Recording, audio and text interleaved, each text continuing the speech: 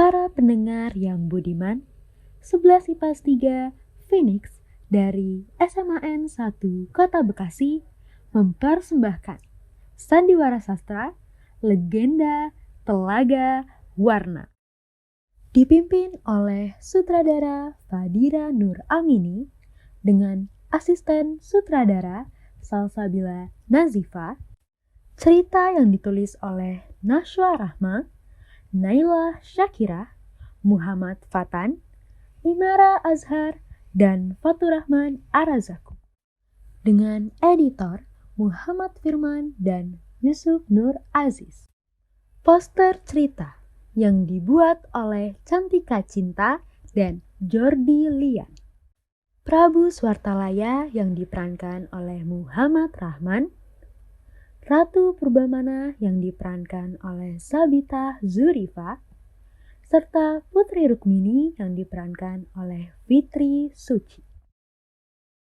Pada zaman dahulu, berdiri sebuah kerajaan yang terletak di Jawa Barat bernama Kerajaan Kutatanggehan. Kerajaan Kutatanggehan merupakan kerajaan yang makmur dan damai. Kerajaan Kutatanggehan sangat berjaya karena memiliki raja yang bijaksana bernama Prabu Swartalaya. Prabu Swartalaya memiliki istri yang cantik bernama Ratu Purbamana. Mereka sangat dekat dengan rakyatnya. Mereka sering berkeliling ke seluruh negeri untuk melihat kondisi rakyatnya. Selamat pagi Prabu dan Ratu, selamat datang di perkebunan kami. Asep, ayo sapa Prabu Swartalaya beserta istrinya dulu. Selamat pagi Prabu, selamat pagi Ratu. Hehe. Selamat pagi Pak, selamat pagi Asep. Bagaimana hasil panennya? Saya sangat bersyukur Prabu, hasil panennya sangat melimpah. Keluarga kami bisa makan dengan enak, anak saya juga dapat hidup dengan layak. Oh, syukurlah kalau begitu. Semoga hasil panen selanjutnya lebih baik lagi. Halo Asep, apa kabar Asep, si anak pintar? Bagaimana sekolahmu? Sekolahku sedang libur Prabu. Prabu dan Ratu sendiri apa kabar? Kabar kami baik, Sep. Asep harus rajin belajar ya, agar menjadi anak pintar. Baik Ratu, Asep akan giat belajar agar menjadi anak pintar. Walaupun terlihat bahagia, sebenarnya Ratu Purbamana memendam kesedihan. Suatu malam, Ratu Purbamana termenung. Ia merasa kesepian karena tak kunjung dikaruniai anak. Kakanda, kita sudah lama menikah. Namun mengapa sampai sekarang aku tak kunjung hamil? Kita sudah semakin tua dan masih belum ada tanda-tanda kehamilanku. Apa yang harus aku lakukan?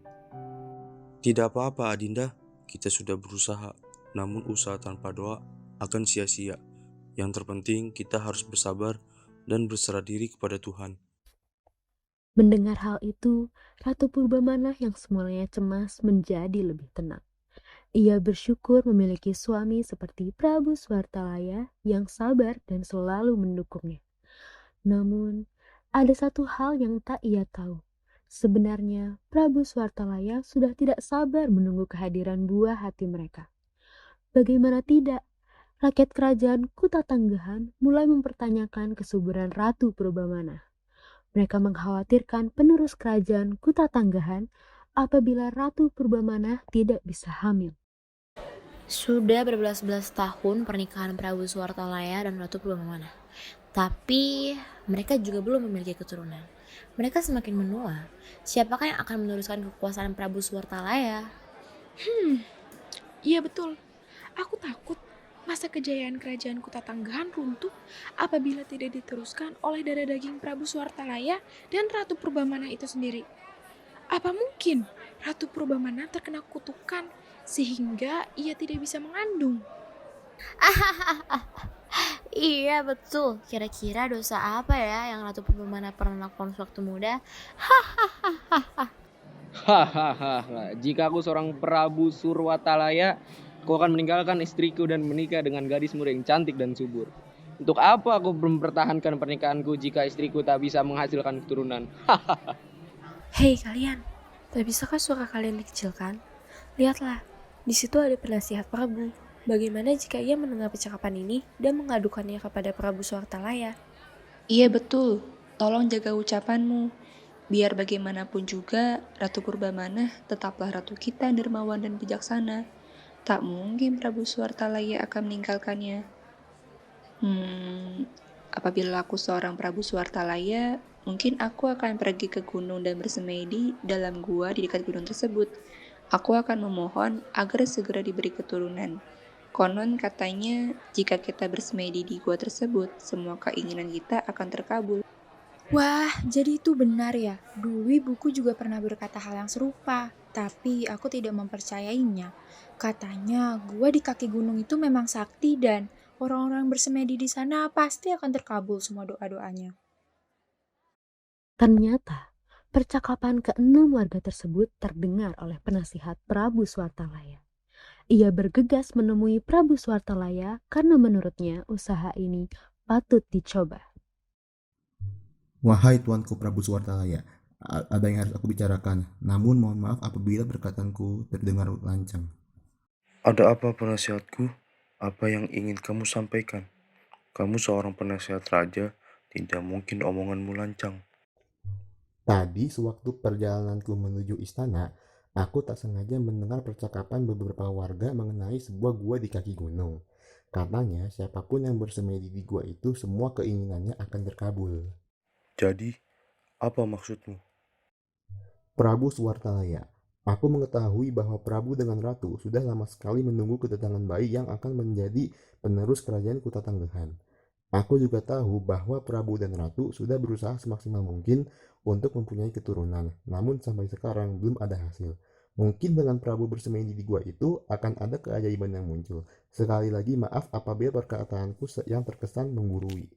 Dari mana kamu mengetahui hal-hal itu? Ketika menuju ke istana, aku tak sengaja mendengar percakapan warga-warga setempat mengenai gua pengabulan doa. Dulu aku pernah mendengar cerita mengenai gua itu dari nenek moyangku. Namun, aku kira itu hanya mitos dan setelah mendengar percakapan warga-warga tadi, aku yakin cerita itu bukanlah sebuah mitos. Sebenarnya aku juga sudah pernah mendengar kabar buruk tentang gua di dekat kaki gunung tersebut. Terima kasih atas saran dan masukanmu. Aku akan berpamitan dengan istriku terlebih dahulu dan aku akan segera pergi ke sana. Terima kasih penasihatku. Prabu Swartalaya segera meminta izin kepada sang istri untuk pergi bersemedi di gua dekat kaki gunung. Namun, sang istri bersikeras melarang sang suami untuk pergi bersemedi. Ia menganggap bahwa cerita itu hanyalah mitos belaka, dan gua tersebut berbahaya karena berada di tengah hutan, sehingga banyak hewan buas di sana. Apakah tidak ada cara lain selain bersemedi di gua itu? Aku tidak setuju bila Kakanda pergi ke sana. Gua itu pasti berbahaya, Kakanda. Letaknya juga terlalu jauh dari istana. Kamu pasti membutuhkan banyak waktu untuk menuju ke sana. Adinda, sebenarnya aku sudah tidak sabar menimbang buah hati. Kita sudah semakin tua dan sampai sekarang belum ada tanda-tanda kehamilanmu. Inilah cara terakhir yang bisa kita lakukan. Takkah kau sadari bahwa kerajaan Kutatanggehan akan segera memerlukan seorang pemimpin yang berasal dari darah daging kita? Jika kamu sudah tak sabar lagi, bagaimana jika kita mengangkat anak saja agar kamu tak perlu membahayakan dirimu bersemedi di gua antah berantah? Bukankah itu lebih baik? Tidak, Adinda. Aku tidak mau memiliki anak angkat.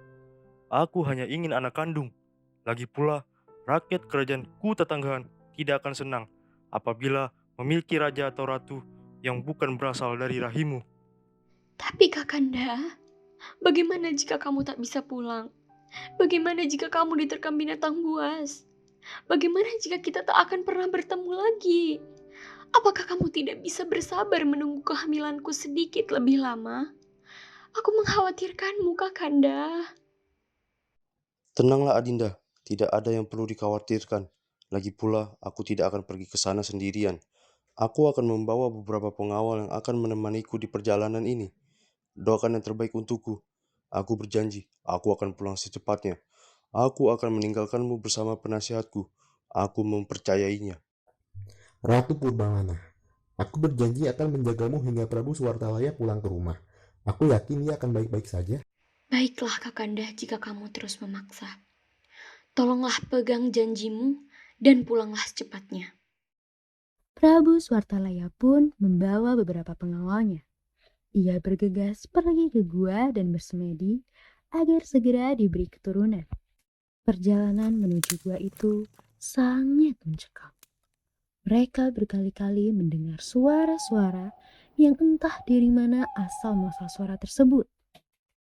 Kehujanan, kepanasan, kedinginan, kelaparan, semuanya Prabu Swartalaya tahan demi sang buah hati. Setelah berhari-hari Prabu Swartalaya bersemedi dan berdoa, tiba-tiba terdengar suara gaib. Ternyata suara tersebut adalah suara malaikat. Wahai Prabu Suwartalaya, sebaiknya kamu pulang. Nasibmu sudah diputuskan dan tidak akan ada keturunan darimu. Kamu sebaiknya mengangkat anak saja. Wahai malaikat, kenapa aku tidak diberi keturunan? Bukankah aku dan istriku selalu berbuat baik selama ini? Tolong, kabulkanlah permintaanku ini. Iya betul, Prabu dan Ratu sudah menjadi pemimpin kerajaan Kuta Tanggahan yang bijaksana. Tak ada satupun rakyat kerajaan Kuta Tanggahan yang hidup dalam kemiskinan dan kesengsaraan. Malaikat pun pergi dan tidak memerdulikan ucapan mereka. Ekat, kemana kau pergi? Sudahlah pengawalku, mungkin kita harus bersemedi sedikit lebih lama lagi. Maaf bagindaku, bagaimana jika usahamu sia-sia? Kita sudah hampir 2 minggu berada di gua ini. Persediaan makanan pun hampir habis. Aku takut kita tidak bisa pulang dan mati di jalan. Aku yakin usahaku tidak sia-sia. Bersabarlah pengawal-pengawalku. Aku akan terus bertapa di sini. Sampai ada yang bisa mengabulkan permintaanku. Sekalipun itu iblis, kita hanya perlu menunggu sedikit lagi. Jika persediaan makanan habis, pergilah berburu dan tinggalkan aku sendiri di sini. Sang raja termenung di pertapaannya. Dia pun kembali bersemedi. Di minggu ketiga, Prabu Swartalaya sudah hampir menyerah. Sampai terdengar suatu suara yang membisikkan. Wahai Prabu Swartalaya, raja dari kerajaan Kota Tanggahan. Aku lihat kau sangat ingin punya anak. Iya, benar. Aku tak akan pulang sampai ada yang mampu mengabulkan permintaanku. Siapa kamu? Tolong tunjukkan wujudmu. Hei, tolong jawab pertanyaanku. Tak perlulah kau melihat wujudku. Aku adalah iblis penunggu mata air Ciburial sanggup mengabulkan permintaanmu. Benarkah begitu? Iya, namun tentunya kau memiliki satu syarat. Takdirmu sebenarnya memang tidak akan mempunyai keturunan, tapi karena kau terus memaksa, maka akan aku kabulkan. Namun, kau harus ingat, anak ini kuciptakan dari air mata milikku. Jangan pernah kau sakiti dia. Sekali kau memarahinya, maka kau akan kehilangan dia selama-lamanya. Baiklah. Terima kasih banyak. Aku akan menyayangi dan selalu membuatnya bahagia. Aku berjanji. Pulanglah Prabu Swartalaya. Nantikan kehadiran anakmu dari rahim istrimu. Iblis pun kemudian pergi. Gua tempat Prabu Swartalaya bersemedi kembali hening dan hanya terdengar suara dedaunan yang tertiup angin. Hai Prabu Swartalaya, apakah kamu mempercayai omongan iblis itu? Wahai pengawalku, aku percaya dengannya. Aku juga sanggup menepati syaratnya. Mengapa kamu menanyakan hal itu?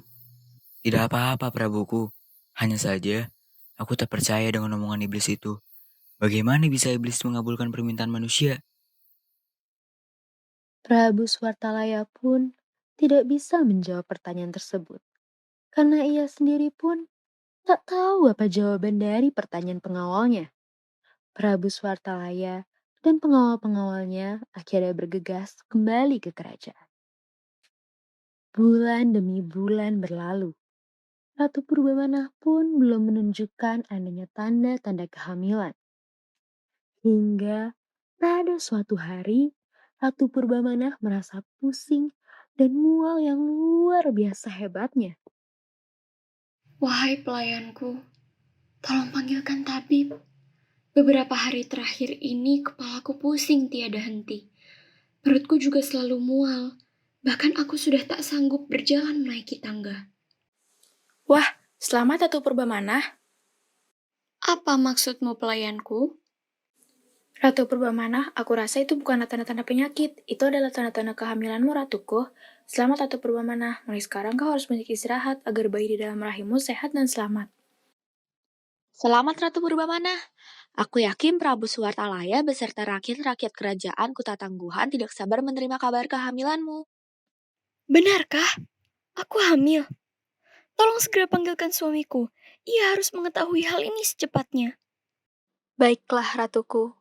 Aku akan segera memanggil tabib untuk memastikan kondisimu. Pelayan-pelayan tersebut segera memberitahu kabar baik ini ke Prabu Suwartalaya dan segera memanggil tabib untuk mengecek kondisi Ratu Purbamana.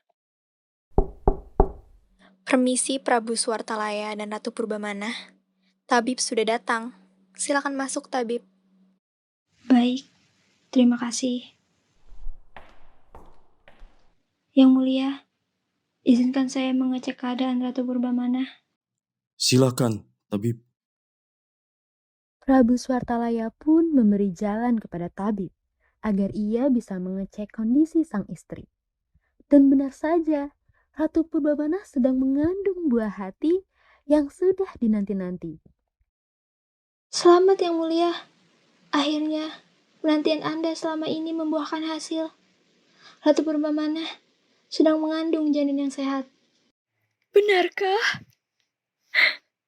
Iya, benar Ratu Purbamana. Janinmu sudah berusia 3 minggu. Syukurlah Adinda. Terima kasih banyak tabib telah memeriksa kandungan istriku. Adinda, mulai sekarang kamu tidak boleh bekerja terlalu berat. Kamu harus banyak istirahat.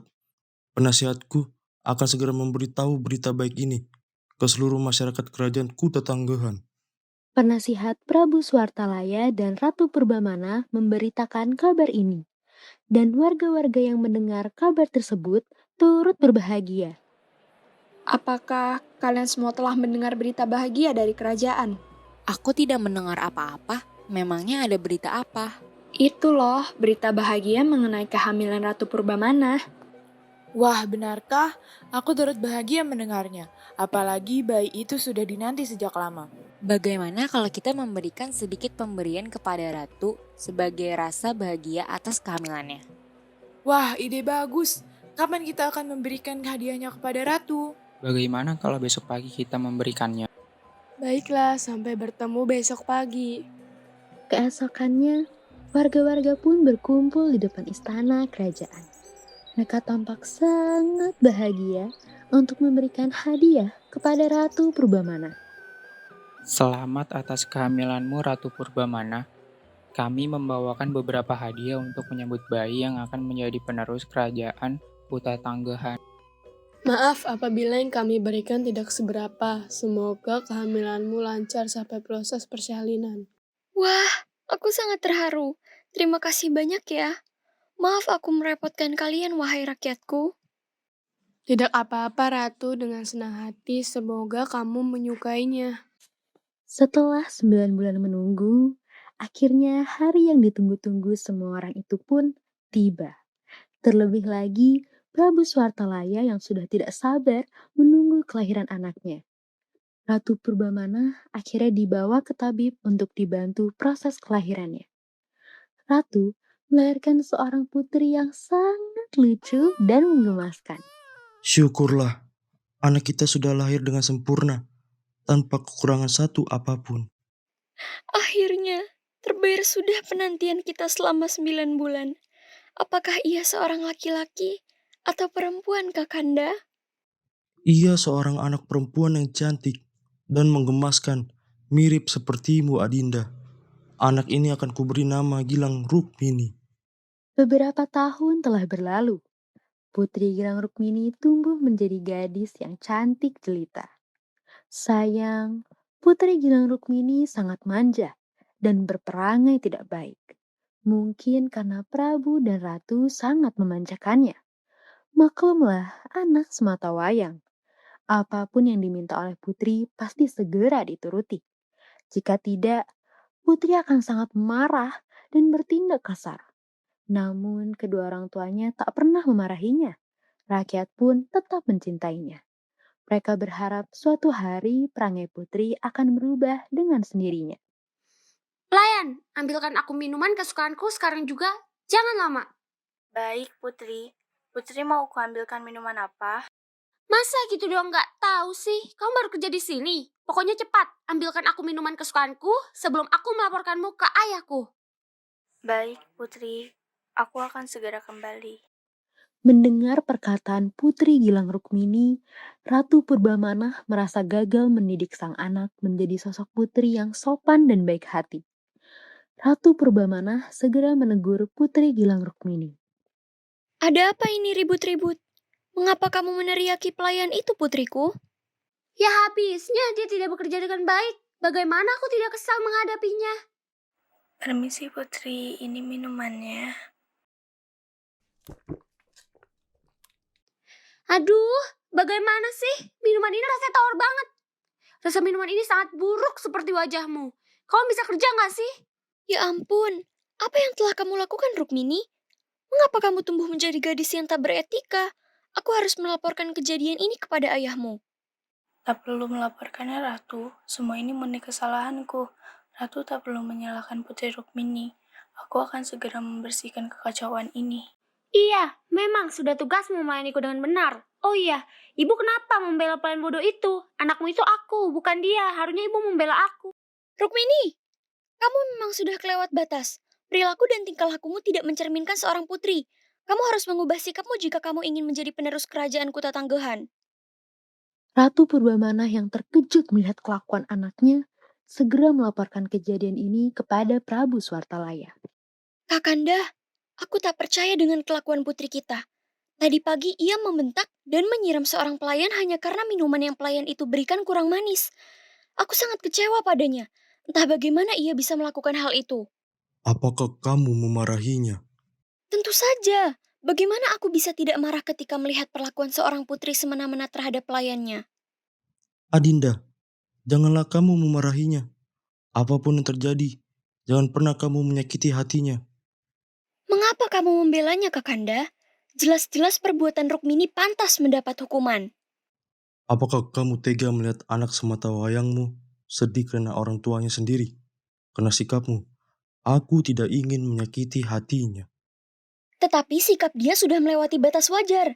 Terlebih lagi dia berasal dari keluarga kerajaan. Tidak seharusnya dia bersikap seperti itu. Dia harus bersikap layaknya putri kerajaan. Tetapi tetap saja, dia keturunan kita satu-satunya. Sepertinya kau terlalu memanjakannya sehingga dia bisa bersikap seenaknya seperti itu. Memang sudah seharusnya kita memanjakannya. Apalagi dia anak kita satu-satunya yang sudah kita nantikan sejak lama. Mengapa kau selalu membelanya? Padahal kau tahu perbuatannya sudah keterlaluan. Apa ada yang kau sembunyikan dariku, wahai Kakanda? Adinda, sebenarnya aku membuat perjanjian dengan iblis. Perjanjian itu aku lakukan ketika bersemedi di gua. Iblis tersebut berjanji akan memberikanku anak. Namun dengan syarat, jangan pernah sekalipun menyakiti hati anak itu, walaupun ia berperilaku buruk. Mengapa kau tidak memberitahuku dari awal? Memangnya apa yang akan terjadi apabila kita menyakiti hatinya?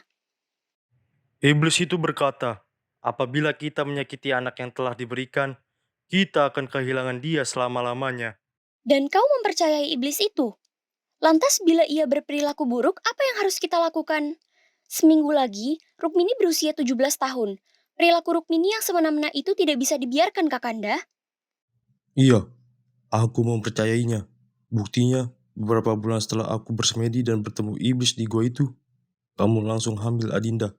Sudahlah, mungkin perilaku Rukmini akan berubah seiring berjalannya waktu. Bagaimana bisa kau mempercayai iblis? Kau mempertaruhkan nyawaku di tangan iblis. Apa kau sudah gila, Kakanda? Tidak seperti itu, Adinda. Aku sudah putus asa, karena malaikat pun berkata, kita sudah ditakdirkan tidak akan memiliki keturunan. Ini cara terakhir yang bisa kita lakukan untuk mendapatkan seorang anak. Maafkan aku, Adinda. Lalu bagaimana sekarang? Apa yang harus kita lakukan? Kita tidak bisa melakukan apa-apa sekarang. Semuanya sudah terjadi. Yang bisa kita lakukan hanyalah menepati perjanjian dengan iblis, atau kita akan kehilangan Rukmini selamanya. Ratu Purbamana akhirnya mengiyakan suaminya. Hari demi hari berlalu. Sang putri akan berusia 17 tahun. Prabu dan Ratu memutuskan untuk memberi hadiah untuk Rukmini. Wahai pelayanku, bisakah kau membantuku untuk memanggilkan Rukmini? Tentu saja bisa, Prabu. Baiklah, akan aku panggilkan. Pelayan itu pun segera menuju ke kamar Putri Rukmini. Selamat pagi, Putri Rukmini. Putri Rukmini, ini aku pelayanmu. Putri Rukmini, tolong buka pintunya. Prabu Swartalaya memanggilmu. Ia ingin menemuimu sekarang juga. Aduh, ada apa sih manggil-manggil di pagi buta seperti ini? Kamu gak lihat aku sedang tidur? Ada urusan apa sih? Paling tidak penting. Udah aku mau lanjut tidur. Maafkan aku telah mengganggu tidurmu, Putri Rukmini. Namun, Prabu Swartalaya punya suatu hal yang ingin dibicarakan. Dan ini sangat penting. Putri Rukmini pun dengan berat hati menuruni tangga dan menemui ayahnya. Rukmini, putriku sayang, ada yang perlu ayah bicarakan denganmu. Ada apa sih ya? Kenapa ayah harus memanggilku sepagi ini? Memang tidak bisa nanti dulu? Aku masih sangat mengantuk ya. Ini sudah jam 11, anakku sayang.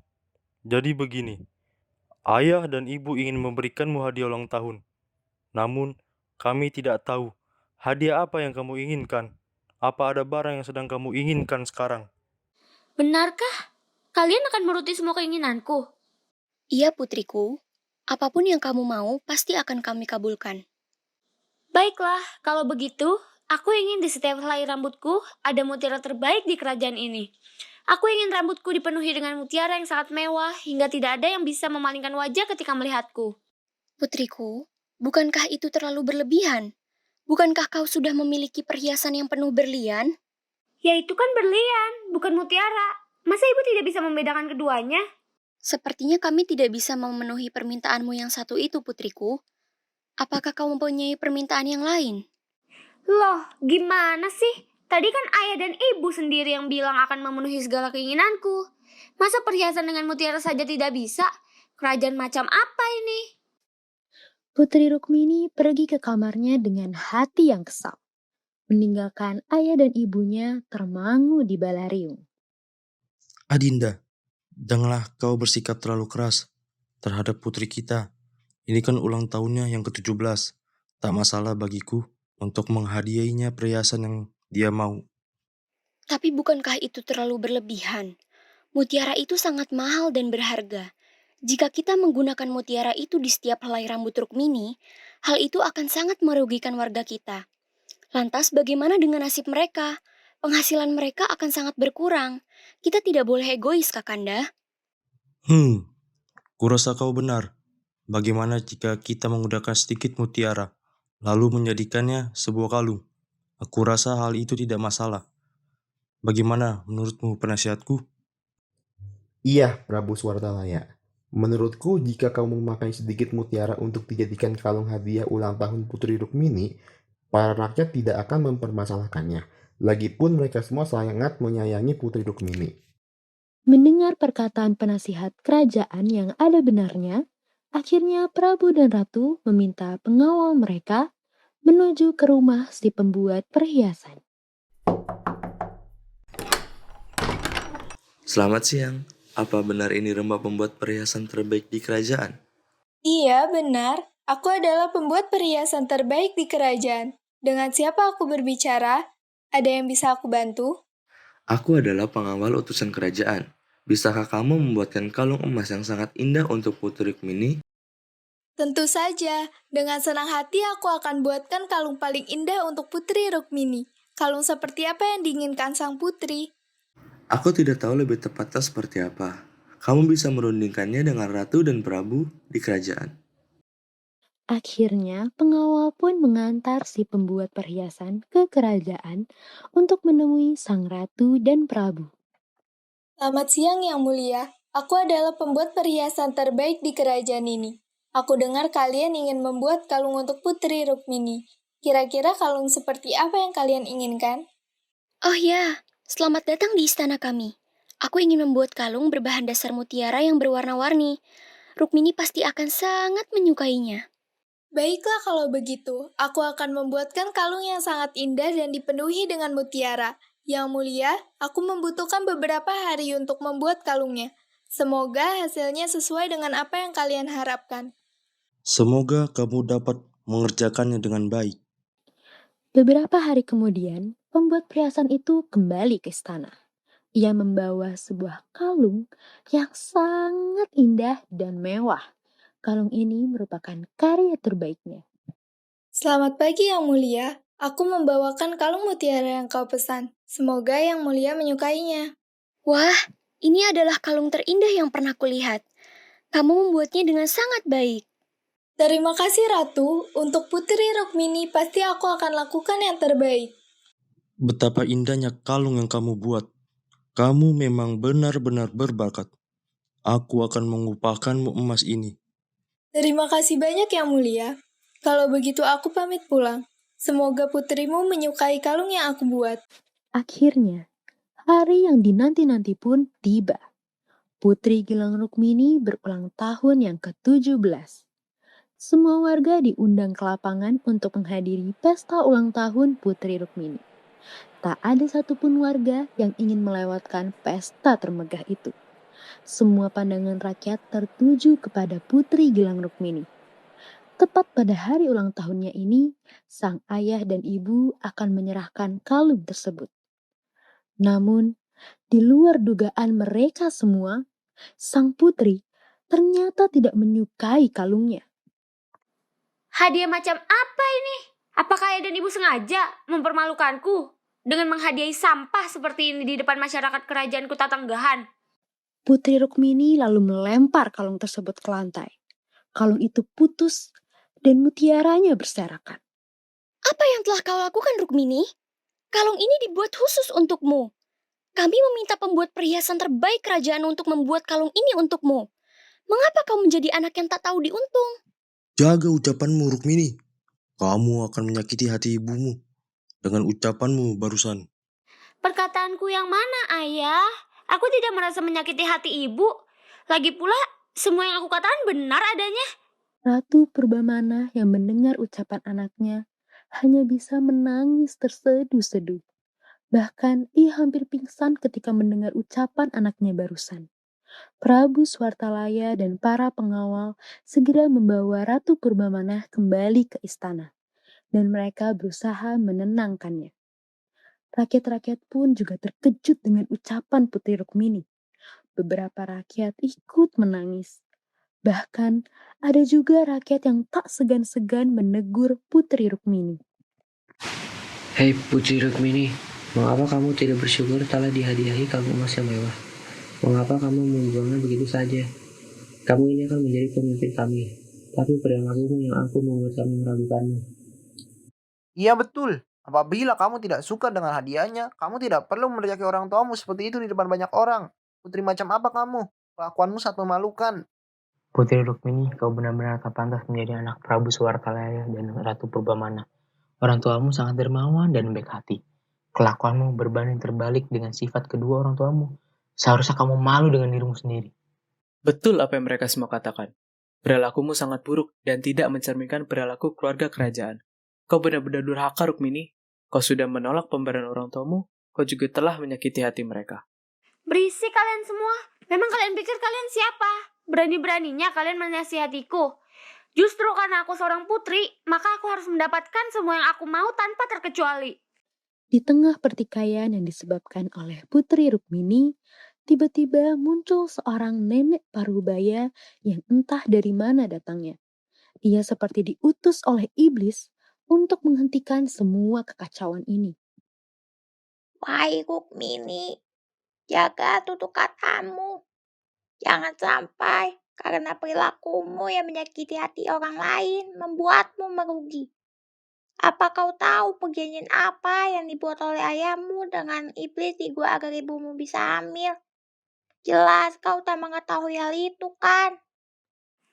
Hei nenek tua bangka, mengapa kau datang-datang malah memperkeruh suasana? Kau ini sudah tua dan rapuh. Lebih baik kau berdiam diri di rumah. Aneh sekali tiba-tiba kau datang dan langsung menyebarkan kebohongan. Aku tidak berbohong. Perjanjian itu menyebutkan bahwa tidak ada yang boleh menyakiti hati dari anak yang iblis berikan. Apabila ada yang menyakiti hatinya, maka iblis akan mengambil anak itu selama-lamanya. Kehadiran nenek tersebut seakan menjadi peringatan dari bencana yang akan terjadi di kerajaan Kutatanggahan. Omong kosong. Pengawal, cepat singkirkan nenek tua bangka ini dari hadapanku.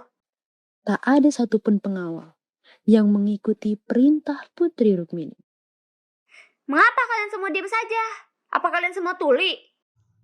Untuk apa mereka semua mengikuti perintahmu? Lagi pula semua perkataan yang diucapkan oleh nenek itu benar adanya. Aku bekerja di istana ini jauh sebelum kamu lahir ke dunia. Bahkan akulah orang yang menyarankan ayahmu untuk pergi bersemedi ke gua di dekat kaki gunung. Ayahmu benar-benar membuat perjanjian dengan iblis. Kau lahir karena air mata iblis itu.